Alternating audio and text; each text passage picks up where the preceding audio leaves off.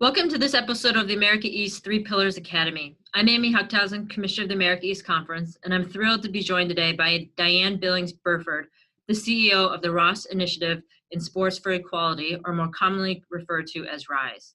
The America East formally partnered with RISE this past year as part of our conference's Spread Respect initiative, and we're excited to be connected with such a progressive organization as we approach issues of racial equality and inequality in sports in our conference. Today, we're going to talk about those issues specifically and how sports can be a catalyst for change and social justice. So Diahann, to start, I'd love to first hear your story. I think hearing other people's stories and personal journeys can be so insightful as we reflect on our own journeys, both past, present, and future.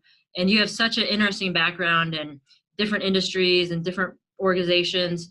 So if you could please share for a few minutes some of the highlights in your career that led you to two Ivy League institutions, to working for the New York City government, Time Warner, and now to RISE, that would be fantastic. What's actually interesting is we were involved in a town hall the other evening with some youth sports organizations. And for the first time in a long time, I actually had discussed, because it was relevant to a participant's question, my education. And I think my education and how I feel about it has led to why I've been at a lot of those other organizations. So I went through a program fairly early that identified students of color who were not well off and identified us and helped us to prepare to enter independent schools. And so I was actually talking to one of the members of the town hall about being the only Black girl in my grade by middle school.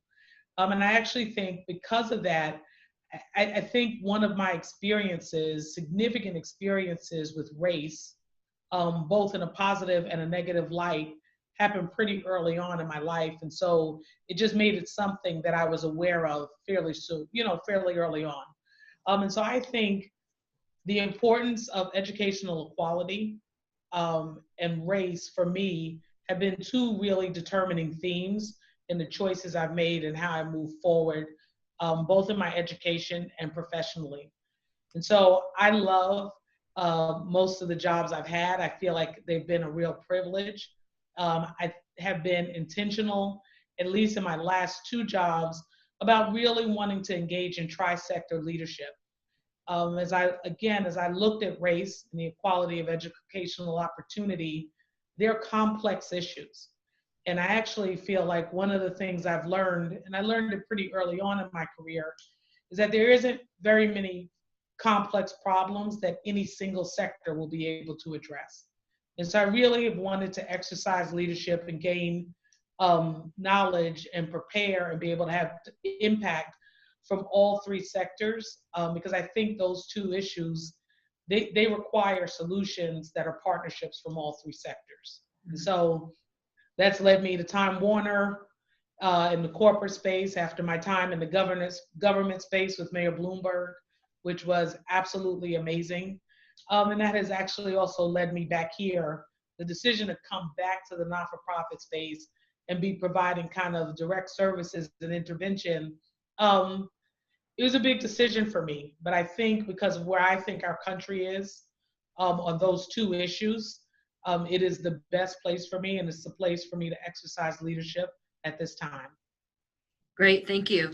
And so since some of those listening or watching might not be too familiar with RISE, can you maybe give your elevator pitch for RISE and then maybe weave into some of those things and those issues like racial equality, access to education, where you see how RISE is addressing those particular issues? Sure. One of the answers to that is, at RISE, we've really focused in our mission on being about educating and empowering the sports community on issues of racial discrimination and really promoting social justice. And I actually want to take this moment to just thank you and all that you're doing at America East, because we do our work through partnerships and programs. And then that's how we have the greatest impact. And to be able to support your leadership at your 9 different institutions, it is one of the ways that I think we are mission aligned and on task. And we as an organization, RISE, we get to have the impact that we're really out there trying to seek. And so specifically what we want to do is engage people in the difficult conversations that are necessary to really address racism, racial discrimination, really bring about social justice. But more, we want to engage them in those conversations and then get to the point of action plans, and how can we go about changing things and making things better. So that is what RISE does. We do it in a number of different ways. We do it primarily through education programs that's based on a curriculum that we have, which has about 50 different modules. But it looks different in different communities, how we apply that curriculum. And as you said, we've been able to apply that curriculum and really get our mission in so many ways with the America East schools. And it's been a privilege to be able to work towards our mission with you guys. Well, thank you. We've enjoyed just the beginning. I know there's lots more that we'll be able to do with our 9 schools and with RISE. Maybe talk about, since you've alluded to it so much in your background, the sort of intersection of race, access to education. Why, and some of your work has been, at least in reading your background, across all the entire spectrum of education, from early preschool, elementary school, high school to college. Why is college so important for programs like RISE and getting college students engaged with the curriculum that you have? Absolutely. The RISE curriculum and a lot of our kind of ethos is based on addressing identity, right? Addressing identity first and then dealing with issues of diversity, inclusion, social justice. And I think obviously as human beings, we're crafting our identity constantly, but college is this time, right, of just self-discovery and identity. College is this time of crafting leaders and crafting people's thoughts about leadership and what their role is as citizens in the environment. Hopefully, at really good colleges this time where there is more autonomy and more of a choice about what you learn, what an individual learns and what an individual does. And so, whereas we think we have a significant impact engaging with young people, engaging with college, and let me say with youth, because we define youth as middle schoolers and high schoolers. We think that the multiplying effect of engaging with college students makes it a unique space. We've had college students engage with us and then lead our efforts to, for instance, put up Rise to Vote initiatives at their schools. We've had college students help us with programming and come in as interns. And so really just the nature of what college is, and combined with what college students can do and how they can multiply the impact of our work, makes it just a wonderful place for us to engage. As you think about today's college student or today's 18 to 22-year-old young person, given the political climate that we have and the different issues that continue to surface now and over the last few years, how does that look from an engagement and are they informed as they were maybe 5, 10, 20 years ago? And how is the current dynamic and current young person, both good things and bad things that are available to us from a technology, a news sharing, news information standpoint? How is that different or the same from 10 or 15 years ago that helps us either present greater challenges to dealing with these issues or make it easier to deal with these issues? I actually think if I could take a little liberty with that question and stretch out the difference, I actually have a 20-year-old, almost 21-year-old, who's a junior in college, and a 17-year-old who will be on her way in a year. And I actually think a lot of the advancements there have clearly been advantages, but there are also disadvantages. So my kids and I were recently, not laughing, but they saw some pictures of me from Yale. And I am outside of the president's office as a part of a protest because we wanted Yale to divest from South Africa. And the president at the time, rather, Benno Schmidt, is looking at us and talking to us, and we're protesting. And it was an interesting conversation with my kids because it was a moment where they understood. For them, this is an image that probably would have been blasted on social media, right? And for us, it was a time where this was clearly going on other campuses. We kind of knew if we emailed and called each other. MTV was probably the way that, with the Sun City videos, probably the way that had the largest reach. And so, now we're dealing at a time with new power, right? Where the largest reach, it really is in the hand of that person that is on site and is doing the work. Mm-hmm. There's an advantage to that, but there are disadvantages to that. And one of the disadvantages RISE seeks to address, which is, again, if we think about college as this time of formation and exploration, while students are going through that, they are going through it in front of the world potentially. And so we're really seeking to educate, to empower, to push students to have those difficult conversations. So when they are in front of the world, they feel fully ready to engage in those conversations and to have an impact.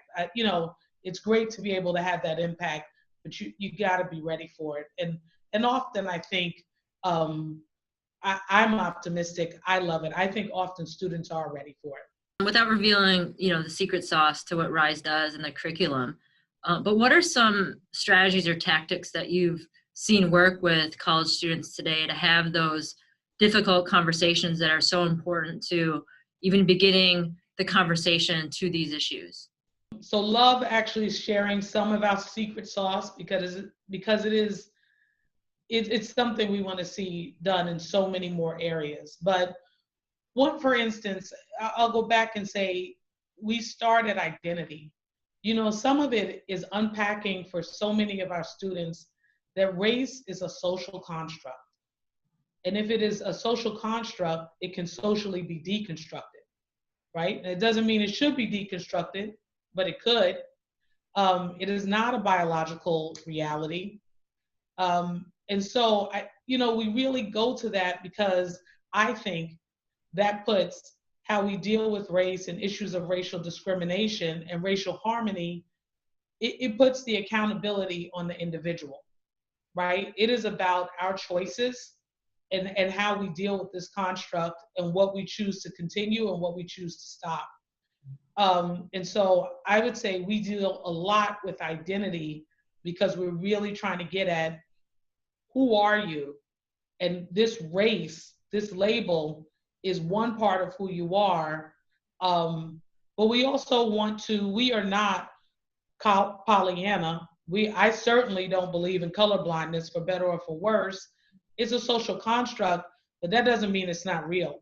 And that doesn't mean we then spend time on bias, because it doesn't mean because it's a construct, it isn't impacting every area of our lives. What it probably means is it is, and we have to grow that awareness of it. And again, go back to that accountability. Once you're aware, once you see it for what it is, what do you as an individual decide to do about it? I love that approach. I love that. It's just so thoughtful and gets, I think, folks to think about things in a more deliberate manner and really objective and fair manner, rather than starting with the bias and starting from that position and looking at it, zooming out a little bit to look at it as an individual and then collectively. When you talk about identity being so important, obviously in the world of sports, a lot of athletes identify as being an athlete. And so how is sports such a good vehicle, or why is sports such a good vehicle to address some of these issues, given the role that being an athlete has in the identity of some of these, pro amateur college student athletes? I think you actually said it in your question, because with athletes, there is this identification as an athlete. And often there's this identification as an athlete first, right? To be a successful athlete, you've got to identify as that. You have to be able to understand achieving a common goal with your team. It is a dynamic that, quite honestly, in our society, we don't really see replicated. I think there may be one or two other areas where we see that. And so, but still, sport and being an athlete, we can still link back to that, right? And say, this community sees that you are now divided is broken. It is not actually the way you're supposed to function. It is not the norm.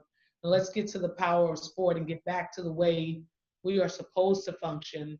And I also think once there's respect and once there's a certain level of understanding, you can have some of the really difficult conversations that addressing racism requires. It requires people to be honest about bias. Mm-hmm. There's no one that exists without bias. But it is hard to have conversations about bias based on race with someone you do not already know, do not respect on some level, or have no desire to seek to understand them. And so sports provides all of that, and allows these difficult conversations and hopefully more of these change in thoughts and attitudes and behaviors to happen. In the last few years, I've seen pro, in some college, but particularly pro examples come to mind with things like the WNBA being pretty visible in their support for equality and dealing with some racial issues. Different NBA players, most recently the piece that Kyle Korver published in the Players Tribune, I thought was something I hadn't seen before from a professional athlete. And then there's some examples, both pro and college, where they maybe haven't addressed it as visibly or at all as others. And so how do those things, both the visible pieces and the issues that seem to go unaddressed, at least from a public perspective, how do those things fit into RISE's mission? It's interesting. When I was actually looking at the job, I've only been in this post 6 months. One of the things that moved me was we have a video on our website of Steve Ross talking about being younger and seeing segregation. But more, he talks about the fact that our country really struggles to even discuss race. And our failure to be able to address it just holds us back. It stops us from being the best version of us. I think because of that truth, and I do think it's a true assessment, I happen to agree with it. I am never surprised by the occurrences where there isn't a public acknowledgement of a problem and an issue involving race, right? Our comfortable place is actually not to address it. And so I'm not surprised when people don't address it. I actually also think there are many that are seeking to do good by not taking sides and not addressing it. I happen to disagree with that. I think, especially at this point in history that we're in now, not addressing something, it is a choice, it is an action, and it sends a statement. So I'm not surprised when I don't see institutions addressing issues of race in difficult situations. I am actually, even when I don't think organizations get it right, I'm excited when I see organizations and institutions trying to address the issues. I certainly do not, I think as society, we think we're in a pick side situation at all times.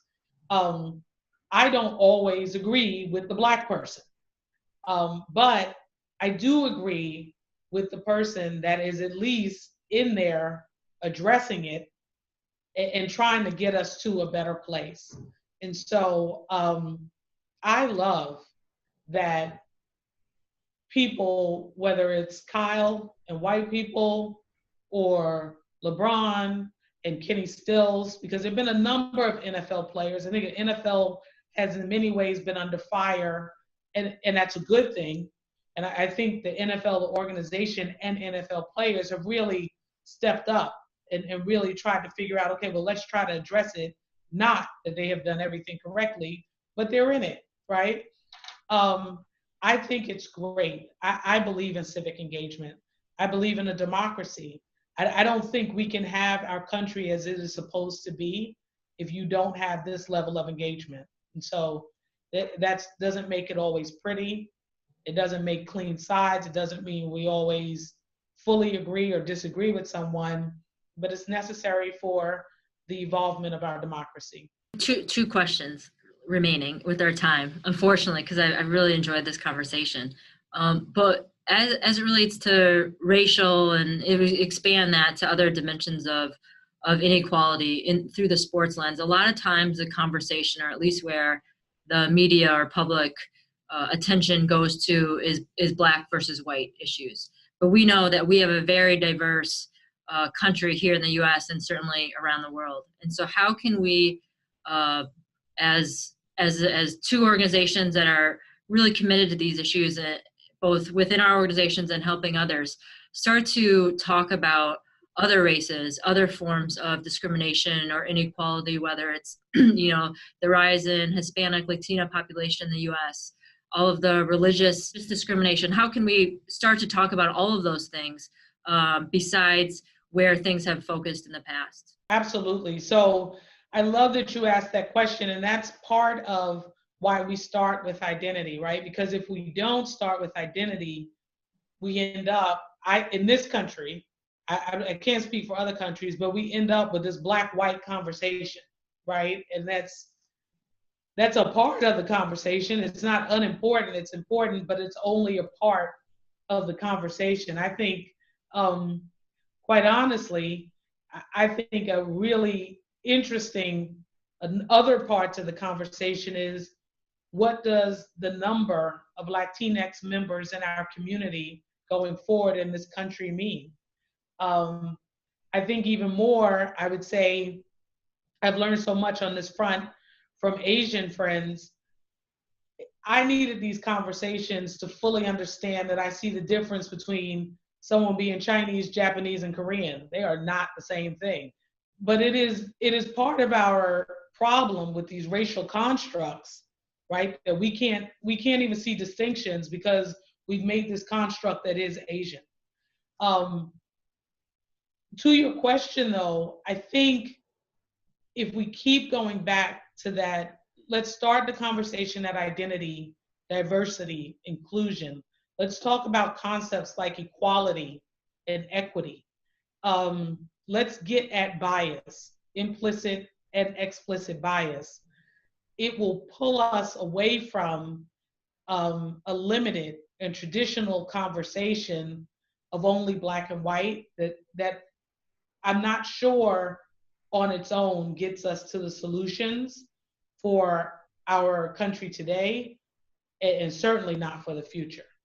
Last question. I know you're still in your first year with Rise and still probably drinking out of the fire hose a little bit, but yeah. What has been one wow moment so far since you've been on board? So I joke and say, I'm not even sure I'm still drinking out of the hose. I probably am drinking out of the hose now. First 3 months, I think water was coming at me directly from the hydrant. There was no hose, there was no control. So things are a little bit more stable. I have had some wonderful wow moments, and I think it would be hard for me to limit it to one. I would pick two if I could. One actually on the collegiate level, I'd love to start there, is one of my first events as CEO of Rise was to go have a conversation with Anquan Bolden at Florida State University.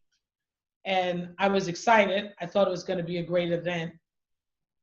And it was, but it was far better than I think I even anticipated. Unfortunately, it was scheduled right before a hurricane was set to hit, and the campus was closed officially Fortunately, this issue and issues like this are so important that even in that circumstance, we had an auditorium half full of student athletes who this was important. Um, in addition, the entire event was really led by a student leader, right? And so when we talk about the impact of the SAC, it is amazing to have a student leader say, college students engaged in issues of social justice and understanding voting and understanding our power um, was inspiring to me. And to see someone who is really committed to not only the institution but to the state of Florida, and who understands a lot of the issues that are impacted by voting, to see Anquan say, whether or no whether I'm going to be there, it was really a moving moment for me. And to even more, there were one of the students asked him, if you had it to do again, can you tell us one or two things you know now that you wish you had known then?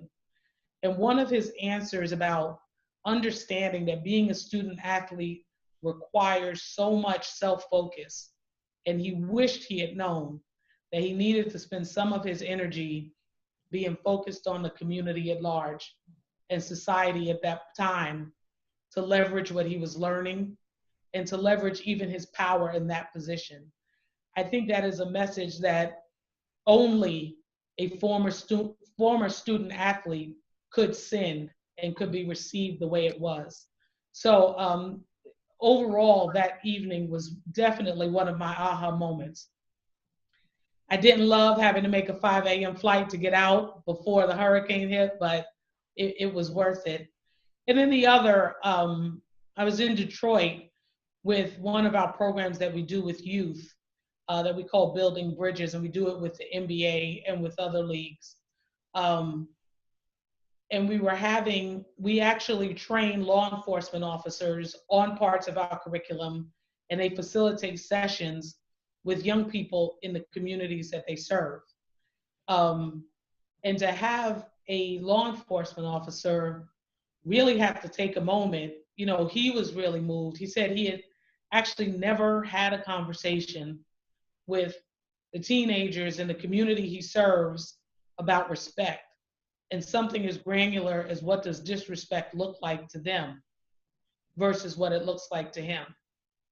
And he said, having been a teenage boy at one time and having raised a teenage boy, it was a moment where he realizes in some ways how he was approaching them really didn't give a teenage boy and their psyche and how they approach things many options in how to engage with him. And so I just found that an incredibly powerful moment, because I just felt like here's an opportunity where maybe our work is going to save a life. It is going to help build communities where people can actually thrive. And so I've had a number of aha moments, but those two definitely stand out.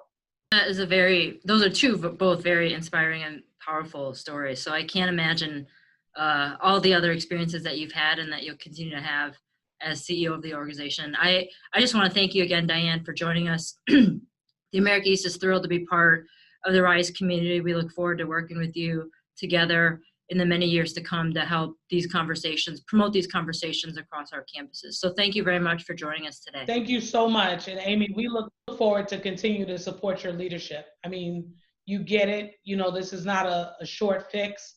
And we are really excited to work with you and your schools to figure out what are the best ways to go about getting at our mission on their campuses. So thank you for your leadership.